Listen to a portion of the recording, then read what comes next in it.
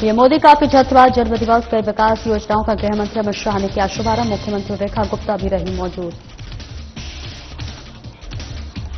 PM Modi का 75वां जन्मदिवस CM Rekha Gupta ने दी प्रधानमंत्री नरेंद्र मोदी को बधाई। इंडिया गेट पर सेवा संकल्प पदयात्रा में भी लिया भाग।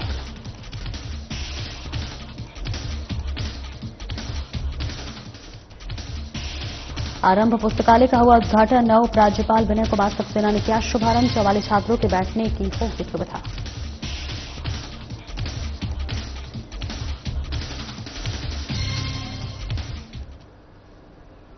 नमस्कार, स्वागत है आपका। मैं हूं आपके साथ सपना दीपक विदेशा। बुलेटिन का आगाज करेंगे। दिल्ली में प्रधानमंत्री नरेंद्र मोदी के जन्म दिवस पर गृह मंत्री अमित शाह ने विभिन्न विकास योजनाओं का शुभारंभ किया और उन्हें जन्मदिन की शुभकामनाएं दी। इस मौके पर दिल्ली की मुख्यमंत्री रेखा गुप्ता भी मौजूद रहीं, जिसके बाद केंद्रीय गृह मंत्री अमित शाह ने कहा कि न केवल यहां मौजूद लोग बल्कि देश का हर नागरिक और दुनिया भर में रहने वाले भारतीय प्रधानमंत्री मोदी के अच्छे स्वास्थ्य और दीर्घायु की कामना कर रहे हैं। वहीं अमित शाह ने कहा कि प्रधानमंत्री नरेंद्र मोदी ने अपना हर क्षण और अपना पूरा जीवन मां भारती की सेवा में समर्पित कर दिया है। वहीं गृह मंत्री ने कहा कि प्रधानमंत्री मोदी के नेतृत्व में भारत ने विश्व पटल पर नई पहचान बनाई है और विकास की गति को नई दिशा मिली है।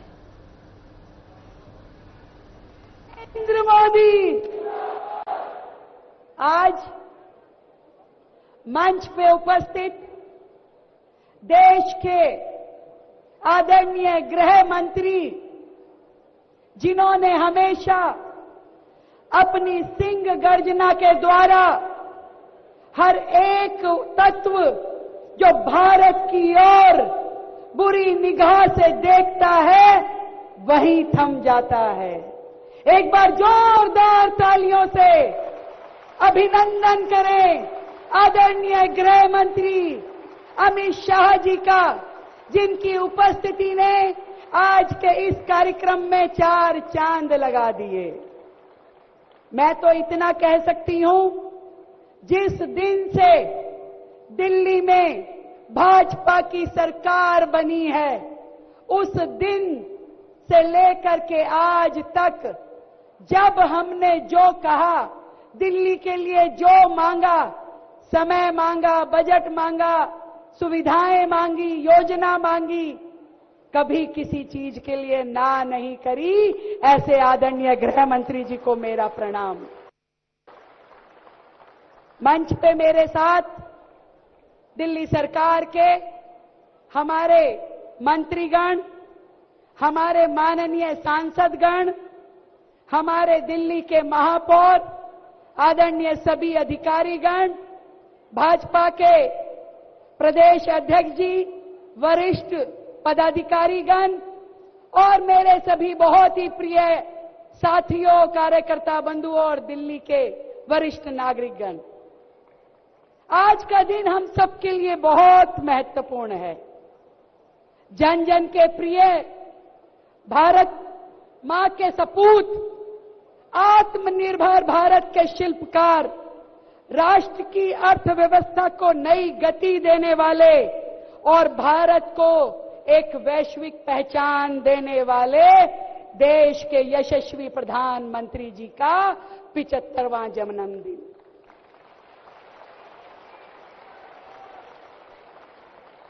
साथियों,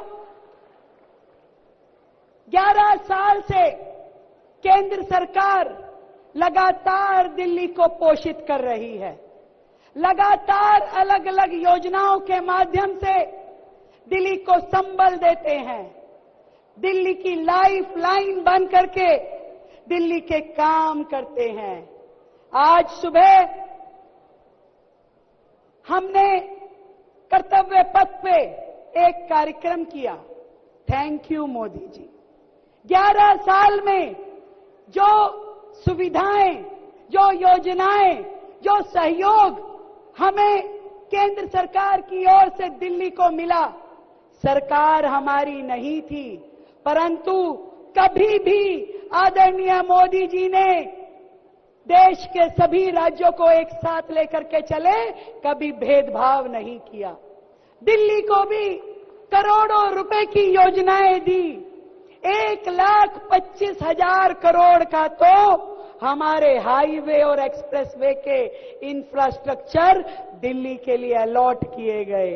9,000 करोड़ रुपए की लागत से यमुना सफाई का बजट दिया गया। दिल्ली को आयुष्मान आरोग्य मंदिर बनाने के लिए 2700 करोड़ रुपए दिए गए। ये हमारे काम टाइम में नहीं मिला, ये पिछली सरकारों के राज्य में मिला, जो दिन रात केवल कोसती थी, अपशब्दों का इस्तेमाल करती थी, कभी उनके मुंह से साधुवाद के 2 शब्द नहीं निकले। वंदन योजना, आयुष्मान योजना, उसके साथ किसने जोड़ा? मोदी जी ने। दिल्ली में भी पूरे देश के समान 12 लाख तक की आय पे बिल्कुल टैक्स फ्री योजना किसने दी? मोदी जी ने। और अब नेक्स्ट जनरेशन जीएसटी, दिल्ली के हर परिवार को, हर व्यक्ति को लाभ किसने दिया? सुना नहीं?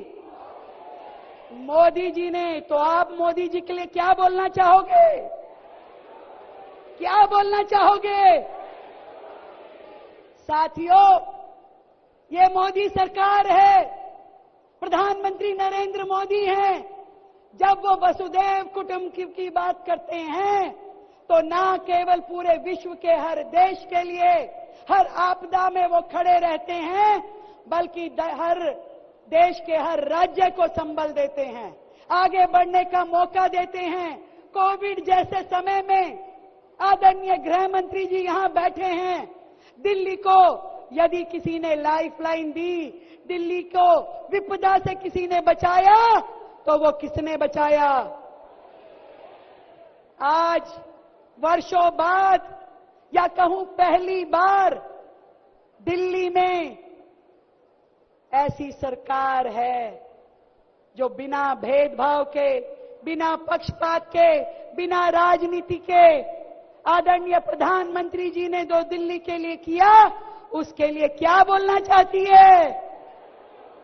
अरे क्या बोलना चाहती है भाई? तो आज की ये योजनाएं 17 सितंबर का दिन और 17 योजनाओं का उद्घाटन आदरणीय गृह मंत्री जी के हाथों से, ये सब दिल्ली की जनता को समर्पित करते हुए 15 दिन का सेवा पखवाड़ा दिल्ली सरकार चलाएगी, जैसा पूरा देश में चल रहा है। 15 दिन 75 योजनाएं करोड़ों रुपए की दिल्ली की जनता को समर्पित होगी, और वो सब होगा आदरणीय मोदी जी के सेवा पखवाड़े में। ये मोदी जी हैं जिन्होंने कभी भी सत्ता को ये नहीं माना कि ये प्रिविलेज है। वो मानते हैं कि ये जो पावर मिली है, ये हमें जनता की सेवा करने के लिए मिली है। इसलिए अपना हर जन्मदिन वो सेवा पखवाड़े के रूप में मनाते हैं। मुझे दिल की गहराई से खुशी है कि दिल्ली विकसित भारत के साथ ताल में ताल मिलाकर के विकसित दिल्ली की ओर अग्रसर हो रही है। और वो समय जल्द आएगा जब दिल्ली का हर एक नागरिक उसे उसके अधिकार मिल पाएंगे, और वो भी पूरे देश के हर राज्य के जैसे स्वच्छंद हवा में सांस ले सकेगा। दिल की गहराई से बधाई, दिल की गहराई से साधुवाद और जन्मदिन की ढेरों शुभकामनाएं आदरणीय प्रधानमंत्री जी को। समग्र देशवासियों को बहुत बहुत शुभकामनाएं देना चाहता हूं। हमारे यहां भगवान विश्वकर्मा का स्थान श्रमजीवी लोगों के लिए बड़ा महत्वपूर्ण है। निर्माण की सभी विधाओं के वो देवता माने जाते हैं, और आज संयोग है कि विश्वकर्मा दिन और नरेंद्र मोदी जी का जन्मदिन दोनों आज है। मैं भारतीय जनता पार्टी के करोड़ों कार्यकर्ता देश के 140 करोड़ से ज्यादा नागरिक सबकी ओर से श्रीमान नरेंद्र मोदी जी को जन्मदिन की ढेर ढेर सारी शुभकामनाएं देना चाहता हूं। आज केवल इस सभागार में बैठे हुए लोग नहीं, देश का प्रत्येक नागरिक और दुनिया भर में फैले हुए भारत के मूल निवासी सभी हृदय से ईश्वर से प्रार्थना कर रहे हैं मोदी जी के दीर्घायुष के लिए, उनके अच्छे स्वास्थ्य के लिए और इनकी लंबे से लंबे समय तक देश को सेवाएं प्राप्त हो, इसके लिए ईश्वर को प्रार्थना कर रहे हैं। मोदी जी जब देश के प्रधानमंत्री बने तब पहली बार उनका जन्मदिन आया।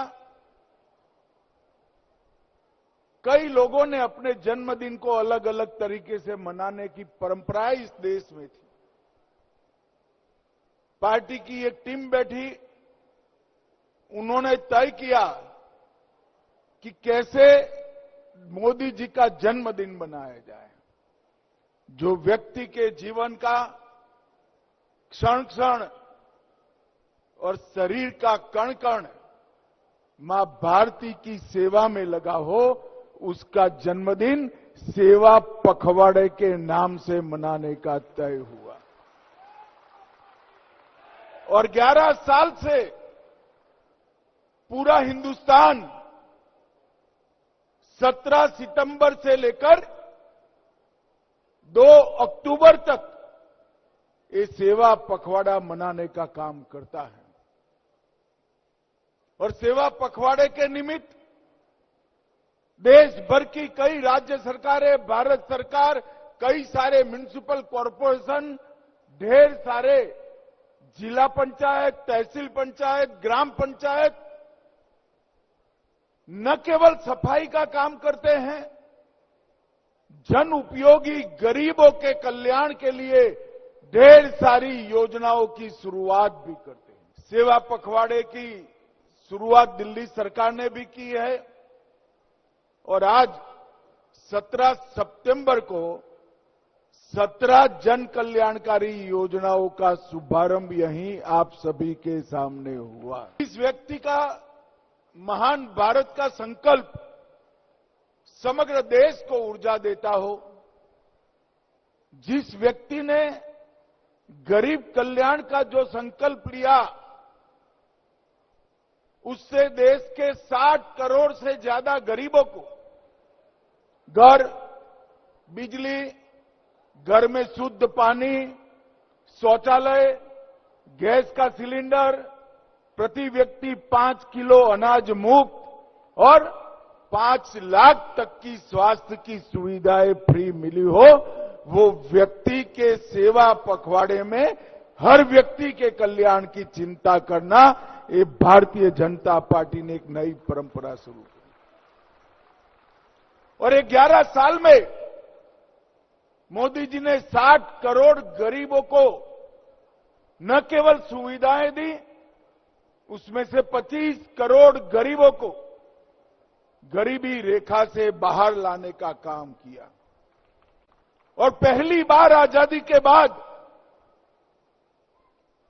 गरीबों की जो सूची बनी थी, गरीबी की रेखा के नीचे जीने वालों की, वो सूची में कटौती होने की शुरुआत अगर किसी ने करी तो भारतीय जनता पार्टी के नेता नरेंद्र मोदी जी ने की।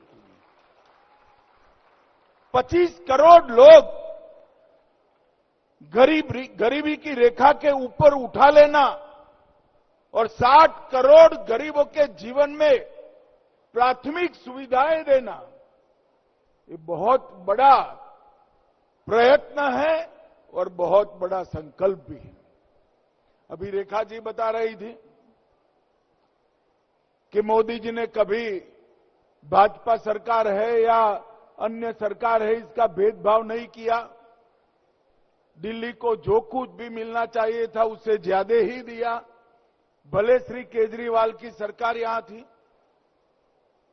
रेखा जी, मोदी जी ने तो कभी भेदभाव नहीं किया, मगर पहले जो सरकार थी वो भेदभाव करती थी। मोदी जी एक योजना लेकर आए, 5 लाख रुपए का स्वास्थ्य का बीमा, हर व्यक्ति को, हर परिवार को 5 लाख तक की सारी स्वास्थ्य सुविधाएं फ्री ऑफ कॉस्ट देने का संकल्प।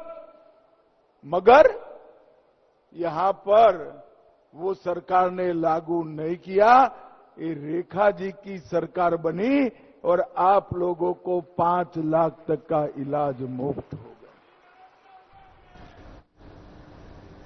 और आगे बढ़ेंगे। दिल्ली में प्रधानमंत्री नरेंद्र मोदी के जन्मदिवस के अवसर पर देश भर में सेवा दिवस मनाया जा रहा है। इस मौके पर दिल्ली के रोहिणी सेक्टर 11 में आरंभ पुस्तकालय का उद्घाटन किया गया। प्रधानमंत्री मोदी के जन्मदिवस पर दिल्ली के उपराज्यपाल विनय कुमार सक्सेना रोहिणी पहुंचे और छात्रों को बेहतर शिक्षा मुहैया कराने के मकसद से आरंभ पुस्तकालय का उद्घाटन किया। इस मौके पर स्थानीय सांसद योगेंद्र चंदोलिया और डीडीए के कई वरिष्ठ अधिकारी भी मौजूद रहे। इस बीच उपराज्यपाल विनय कुमार सक्सेना ने कहा कि यह पुस्तकालय सिर्फ विद्यार्थियों के लिए ही नहीं बल्कि समाज के हर वर्ग के लिए ज्ञान का केंद्र बनेगा। उन्होंने उम्मीद जताई है कि आरंभ पुस्तकालय भविष्य में क्षेत्र के युवाओं के लिए मजबूत नींव साबित होगा।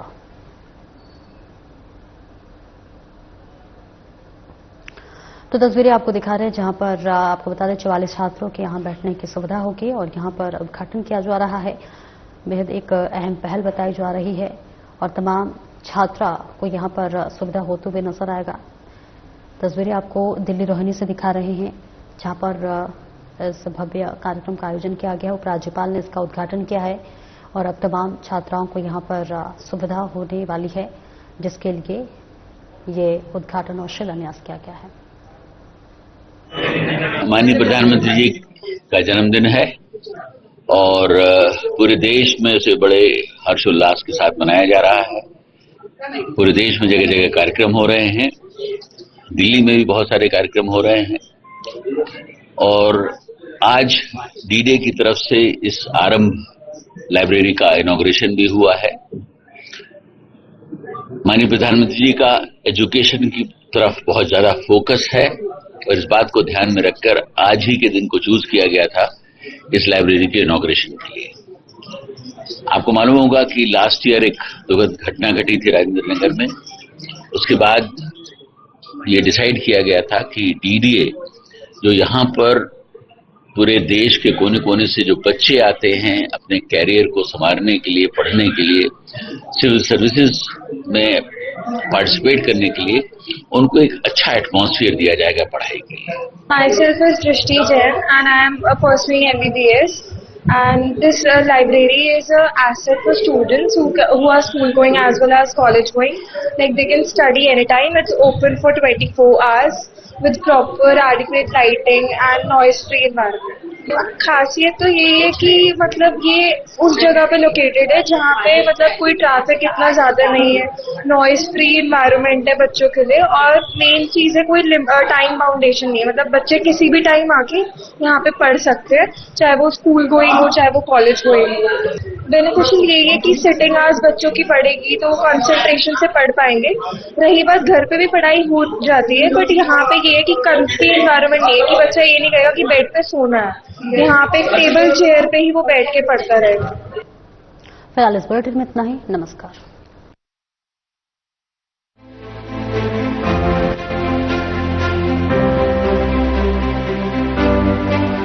हम सब के लिए